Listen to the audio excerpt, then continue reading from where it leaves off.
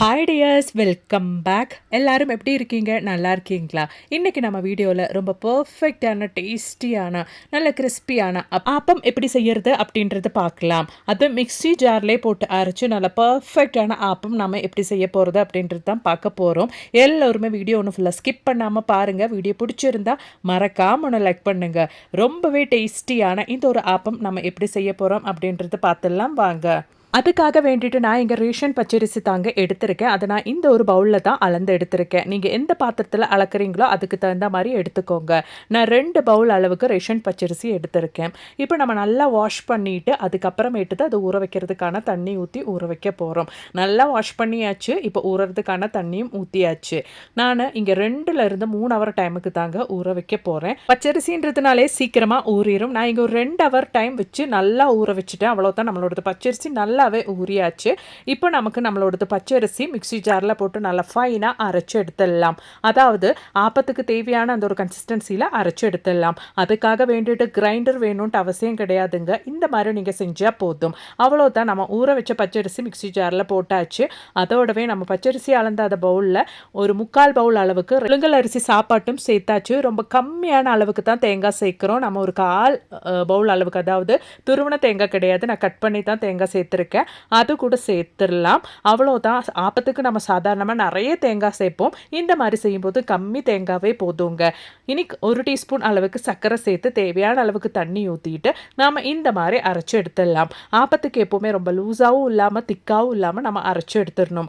இப்போ நமக்கு நம்ம பவுலுக்கு மாற்றிடலாங்க. நல்ல கரெக்டான பதத்துக்கு நம்மளோடது ஆப்பத்துக்கான மாவு நம்ம அரைச்சி எடுத்துட்டோம். ரொம்பவே ஈஸியாக செய்யக்கூடிய ஒரு ஆப்போங்க. அவ்வளோ டேஸ்டியாக இருக்கும் இந்த மாதிரி நீங்கள் செஞ்சு சாப்பிடும்போது.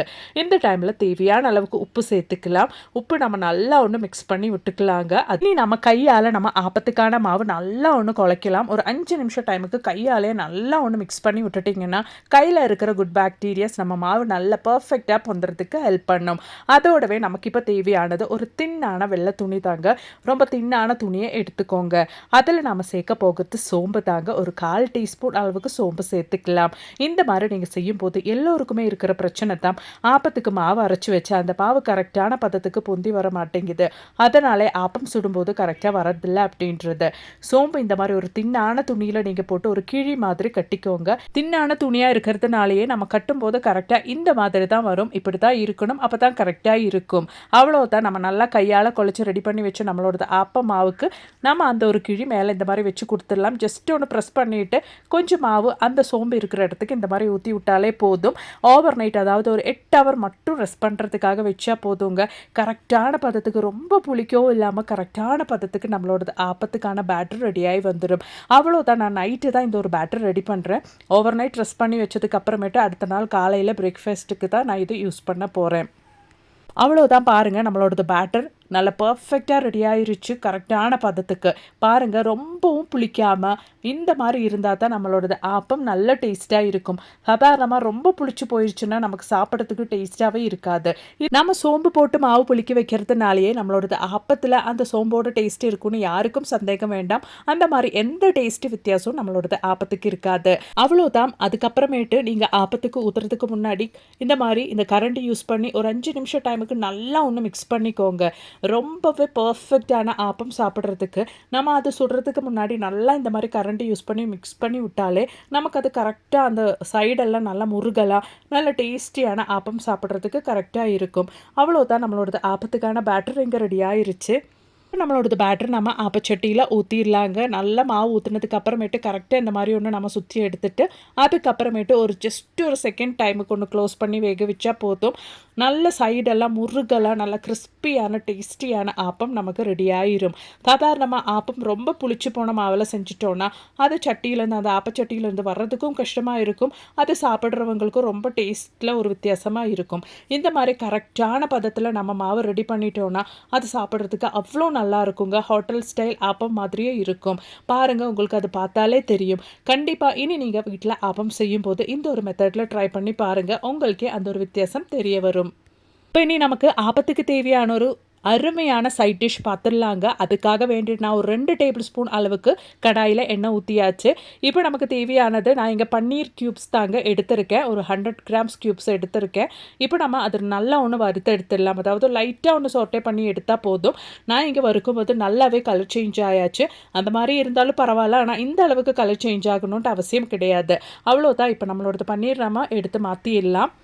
நம்ம பன்னீர் வறுத்த அதே ஆயில்லையே நான் இங்கே 2 மீடியம் வெங்காயம் எடுத்துகிட்டு நல்லா பொடியாக கட் பண்ணி தாங்க சேர்க்குறேன். நல்லா பொடியாக கட் பண்ணும்போது நம்மளோடது குழம்புக்கு, அதாவது நம்மளோடது கிரேவிக்கு நல்ல டேஸ்ட்டு இருக்கும்.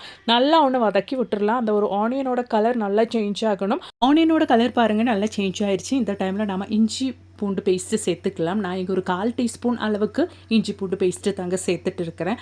அதுக்கப்புறமேட்டு நல்லா வதக்கிக்கலாம். அதாவது நம்ம சேர்த்து கொடுத்த இஞ்சி பூண்டு பேஸ்ட்டோட பச்சை மணம் போகிற அளவுக்கு நல்லா வதக்கிக்கலாம். அதுக்கப்புறமேட்டு நமக்கு தேவையான நல்ல பெரிய தக்காளிங்க, நல்லா பழுத்த தக்காளி அது கூட போட்டு நல்லா வதக்கிக்கலாம்.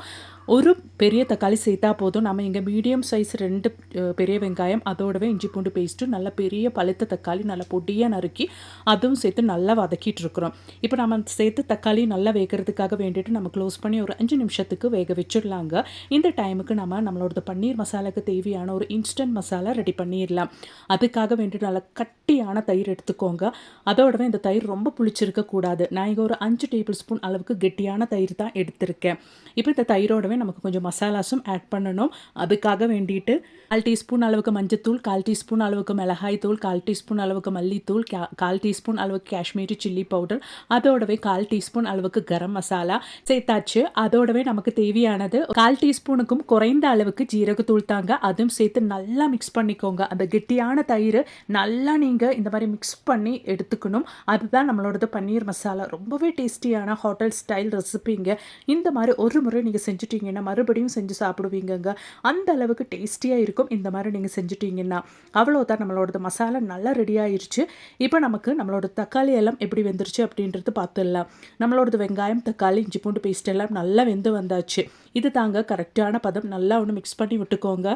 இந்த டைமில் நம்ம மிக்ஸ் பண்ணி ரெடி பண்ணி வச்சு நம்மளோட மசாலா ஆட் பண்ணிக்கலாம். ரொம்பவே சிம்பிளாக செய்யக்கூடிய அட்டகாசமான டேஸ்ட்டோடு சாப்பிடக்கூடிய ஒரு அருமையான பன்னீர் மசாலா ரெசிபிங்க. வெறும் 5 நிமிஷம் டைம் போதும். நம்மளோட மசாலா பவுலில் கொஞ்சம் தண்ணி ஊற்றி அது கூட ஆட் பண்ணிக்கலாம். நல்லா மிக்ஸ் பண்ணிக்கோங்க. இப்போ நம்ம சேர்த்து கொடுத்த நம்மளோட மசாலா எல்லாம் நல்லா மிக்ஸ் பண்ணிக்கோங்க. அதுக்கப்புறமேட்டு இந்த மசாலாவோட பச்சை மணம்லாம் போகிற வரைக்கும் நம்ம நல்லா ஒன்று வதக்கி விட்டுட்டு அதுக்கப்புறமேட்டு ஒரு 5 நிமிஷம் டைமுக்கு மட்டும் நம்ம க்ளோஸ் பண்ணிவிட்டு நல்லா ஒன்று வேக வச்சிடலாம். அந்த டைமுக்கு நம்ம லோ ஃப்ளேமில் வச்சிடலாங்க. அப்போ தான் கரெக்டாக இருக்கும்.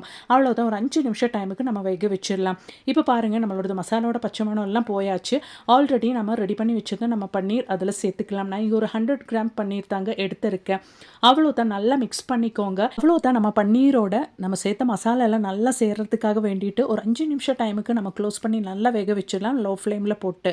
ரொம்பவே சீக்கிரமாக செய்யக்கூடிய பேச்சுலர்ஸாக இருந்தாலும் காலையில் சடனாக ஒரு ரெசிபி செய்யணும்னு நினச்சிட்டு செய்யணுன்னாலும் இந்த ஒரு ரெசிபி உங்களுக்கு ரொம்பவே ஹெல்ப்ஃபுல்லாக இருக்கும். அவ்வளோதான், பாருங்கள் எண்ணெய் எல்லாம் திரிஞ்சு வந்தாச்சு. இதுதான் கரெக்டான பதம். நம்மளோட பன்னீர் மசாலா ரெடி ஆயிருச்சு. இந்த ஒரு பன்னீர் மசாலா போதுங்க. நல்லா ஒயிட் ரைஸ் கூட, ஆப்பத்து கூட, தோசை கூட, இட்லி கூட, சப்பாத்தி கூடலாம் அருமையான அட்டகாசமான காம்பினேஷனுங்க. அவ்வளோதான், நம்மளோட பன்னீர் மசாலா இங்கே ரெடி ஆயிருச்சு. இப்போ நம்ம இதுக்கு மேலே கொஞ்சம் கசூரி மேத்தி தூவிடலாம், நல்ல ஒரு ஃப்ளேவருக்காக வேண்டிட்டு. அதுக்கப்புறமேட்டு நமக்கு கொஞ்சம் மல்லி இலை கூட ஸ்ப்ரெட் பண்ணிக்கலாங்க. அவ்வளோதான், ரொம்பவே டேஸ்டியான அட்டகாசமான பன்னீர் மசாலா இங்கே ரெடி ஆயிருச்சு. கண்டிப்பாக ட்ரை பண்ணி பாருங்கள், உங்களுக்கு ரொம்பவே பிடிக்கும். இந்த ஒரு வீடியோ உங்களுக்கு ரொம்பவே பயனுள்ளதாக இருந்திருக்கும்னு நான் நினைக்கிறேன். இன்றைக்கி நம்ம வீடியோவில் ஆட் பண்ண 2 ரெசிபிஸும் உங்களுக்கு ரொம்பவே ஹெல்ப்ஃபுல்லாக இருந்திருக்கும்னு நினைக்கிறேன். வீடியோ பிடிச்சிருந்தா லைக் பண்ணுங்கள். அது மட்டும் இல்லைங்க, நிறைய வீடியோஸ் நான் என் சேனலில் ஆட் பண்ணியிருக்கேன். கொஞ்சம் செக் பண்ணி பாருங்கள். தேங்க்ஸ் ஃபார் வாட்சிங்.